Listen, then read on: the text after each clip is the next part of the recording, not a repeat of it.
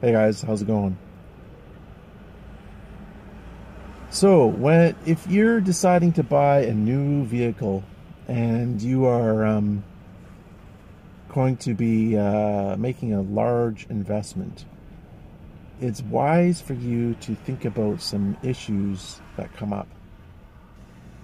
As many people know, car dealerships and salesmen at car dealerships can be very, let's say, deceitful.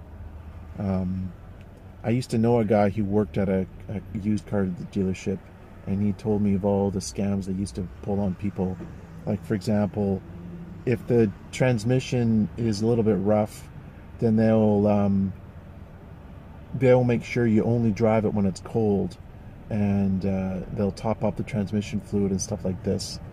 And when a car is cold, the transmission will work pretty good usually, even if unless it's totally shot. But if it's on the verge of being shot, it'll run better when it's cold. Once the transmission gets hot, you're going to notice slippage much more readily. So when you're taking a car for a test drive, you want to make sure that you're giving that transmission a good once-over. And that means you need to be driving the car for at least 5-10 minutes to get it up to temperature. And once it's hot, it's gonna be much more likely to show signs of wear if it has any.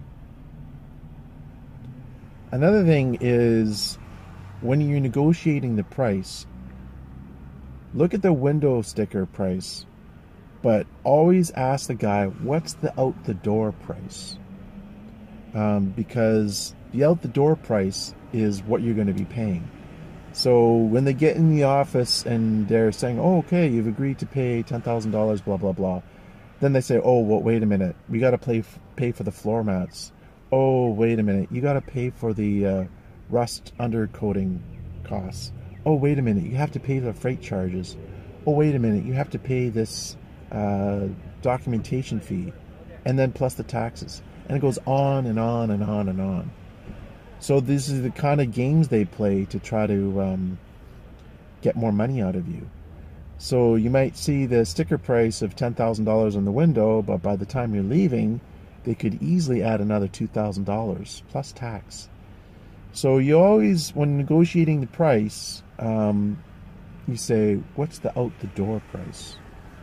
And when they're trying to pull their games in the office and say, I said the out the door price and we agreed on $10,000, not floor mats and undercoatings and all this other baloney. And if they want your business, then hopefully they capitulate. If they don't and they say, oh, that's the way things are done, you say, okay, see you later, and walk. And then they go, oh, wait a minute. And then you're more likely to have some negotiation room. So when negotiating, it's really important to stick to your guns, especially when buying used or selling used. I remember selling this Honda Civic. It was a 1980s Civic, and it was a junker. I've had lots of junkers, and the guy I had it for sale for $650, and I was getting lots of calls. Now, how I judge whether I can sell it for my asking price is based upon how many calls I got. Now, this is a long time ago. This is probably in the late 90s. And so the prices are a lot different back then. But my price is $650. It was like a 1987 or 85 Honda Civic. And I was getting a lot of calls. And I set my price based on how many calls I get. And that goes for selling anything used on Craigslist. If I'm not getting any calls, then I know my price is too high. Or I'm getting very few calls, then I know my price is too high. But if I'm getting tons of calls, then I know that my price is about right. So, or depending on how fast I want to sell it, you have to adjust accordingly. So when this guy is trying to buy this car that I had for saying $650, and I already had like 5 calls in the last 2-3 days, I wasn't going to budge on my price. And this guy literally bartered with me for about 5 legitimate minutes. And I said, sorry, price is $650. He goes, come on, blah, blah, blah. Come on, $650. It's too much. And I said, nope, $650. And he just got mad and he said, oh, and he just walked off. Well, that was my price, and that's fine. That's the price I set. So yeah, you want to be have an understanding of how much you're willing to spend before you go. And often I will bring the amount of money I'm willing to spend in my pocket. So if the price is for a vehicle or something is $1,000 and I only want to spend $800, I'm bringing $800, and that's it. And I'll say 800 cash, take it or leave it.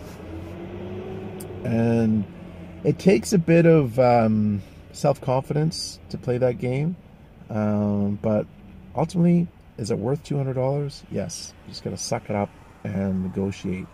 Now, oftentimes they think you're being rude or whatever, and well, it's up to you whether you want to save $200 or not, or I mean, you don't want to be a jerk about it, but you can say, well, this is what I'm willing to spend, and if you're agreeable to that offering, then we can do some business, but if not, that's okay too.